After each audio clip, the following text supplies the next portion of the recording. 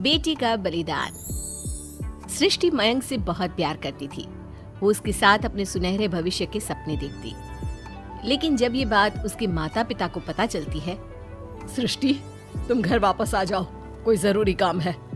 पर माँ, कल मेरा ऑफिस है, मुझे छुट्टियों के लिए अप्लाई करना होगा। नहीं, इतना वक्त नहीं है, बस तुम आ जाओ जल्दी से। सृष्टि घर आती है तो पहले से ही कुछ लोग घर में बैठे होते हैं।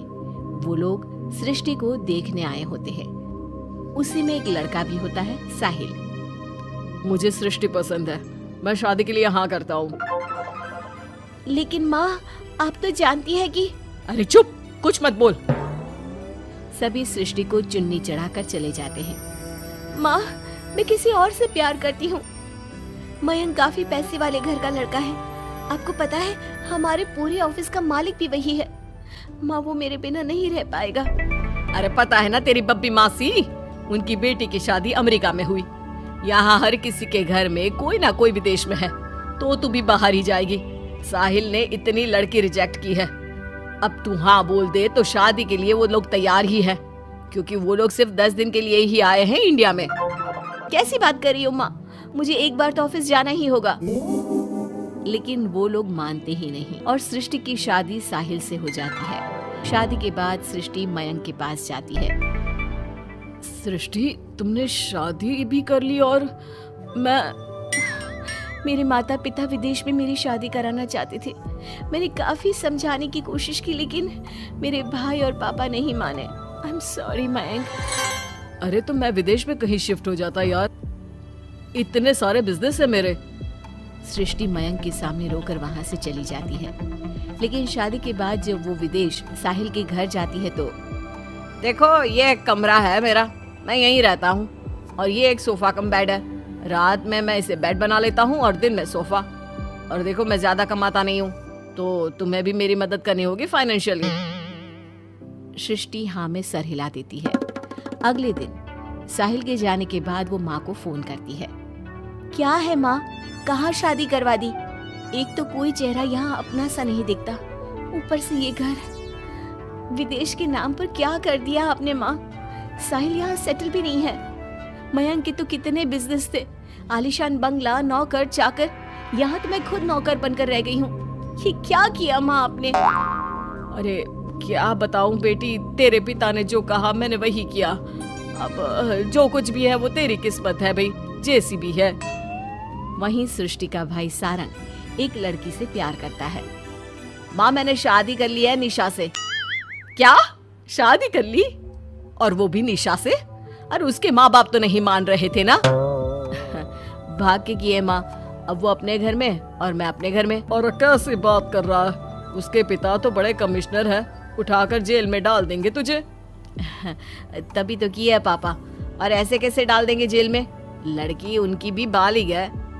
अरे पर बेटा, वो लड़की ठीक नहीं है। देखो, किसी लड़की के बारे में ये बात मत बोलो। तुम्हारा लड़का ठीक है क्या?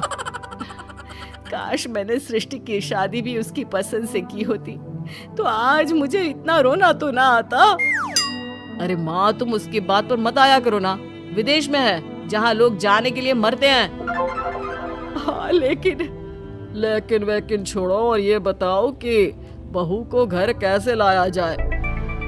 सभी मिलजुल कर फैसला करते हैं कि वो लोग सारंग की बीवी यानी कि अपनी बहू के घर जाएंगे। सारंग, माँ और पिता वहाँ जाते हैं, जहाँ पर... बहन जी, अब तो बच्चों ने शादी कर ली है, तो आप लोगों का भी आशीर्वाद मिल जाता तो... पता चला हम लोगों को भी। देखिए, मुश्किल है कि हम उसे आप लोगों के घर भेजे। हैं? ऐसे कैसे मुश्किल है? और क्यों नहीं भेजेंगे? बीवी है वो मेरी, भेजना तो पड़ेगा ही। लड़के को बहला फुसला कर भगाने के आरोप में अंदर कर दे क्या? अरे देखिए साहब, इतना कानून तो हमें भी आता है। आपकी लड़की कोई नाबालिग नहीं है। तभी वहाँ निशा आ जाती है। रुकिए मम्मी पापा, सारंग में कोई कमी नहीं है। हम लोग इसे कोई बिजनेस खुलवा देंगे ना। देखो, एक बात बता देती हूँ, मुझे तुम्हारे घर नहीं जाना। अरे ऐसी कैसी बात कर रही हो? हम लोगों ने शादी की है, पति पत्नी है हम दोनों, और क्यों नहीं जाना? तो फिर शादी क्यों की? शादी इसलिए की क्योंकि तुम मुझे अच्छे लगे, लेकिन इतना बड़ा घर शान और शौकत छोड़कर तुम्हारे साथ आने के लिए मैं रेडी नहीं हूँ। एक तो तुम्हारा घर जिस मोहल्ले में है वो मोहल्ला बहुत खराब है, वहीं से शायद हमारी काम वाली भी आती है ना माँ? हाँ हाँ, इन्हीं लोगों के पीछे वाली गली से आती है कमला। देखो सारंग, पापा हम लोगों को आराम से पॉश कॉलोनी में फ्लैट दिला देंगे, काम भी शुरू करवा देंगे, तो तुम हम लोगों के साथ रहो। रही बात माँ पापा की तुम्हारे, तो रोका किसने है? साल में होली दिवाली मनाने हम जाया करेंगे ना उनके घर। सारंग अपने माँ पापा से कहता है, माँ मुझे निशा की बात ठीक लग रही है, वैसे भी आप लोगों के साथ तो पूरी लाइफ स्ट्रगल ही करता रहूंगा। अरे कैसी बात कर रहे हो सारंग, हम लोग यहाँ बहू लेने आए थे, बेटा देने नहीं। अब देखिए जो होना था वो तो हो गया, अब तो आप सारंग को यहीं छोड़ दीजिए और विदाई लीजिए। हाँ हाँ माँ, मैं अब यहीं रहूंगा, आप लोग जाओ, मैं अब उस मोहल्ले में नहीं आने वाला। सारंग के माता पिता वहां से चले जाते हैं। अब जब भी माँ सारंग को फोन करती तो या तो वो फोन काट देता या उठाता ही नहीं। एक बार सारंग के माता पिता काफी बीमार होते हैं कि तभी उन लोगों के पास सृष्टि का फोन आता है। कैसी हो माँ? तबीयत ठीक नहीं लग रही है, तुम्हें और पापा को कुछ हुआ है क्या? अरे बेटा 2 दिन हो गए हम लोग कमरे में बंद है, कोई डॉक्टर के पास ले जाने वाला तक नहीं है। हाँ माँ, मैंने सारंग को फोन किया था लेकिन उसने कहा। अरे वो तो बात तक नहीं करता, पैसे वाला हो गया है ना। रुको माँ, मैं कुछ करती हूँ, आप दोनों तैयार हो जाओ। थोड़ी ही देर में उन लोगों की डोरबेल बजती है। माँ दरवाजा खुलती है तो सामने एक हैंडसम सा लड़का लंबी कार लेकर खड़ा होता है।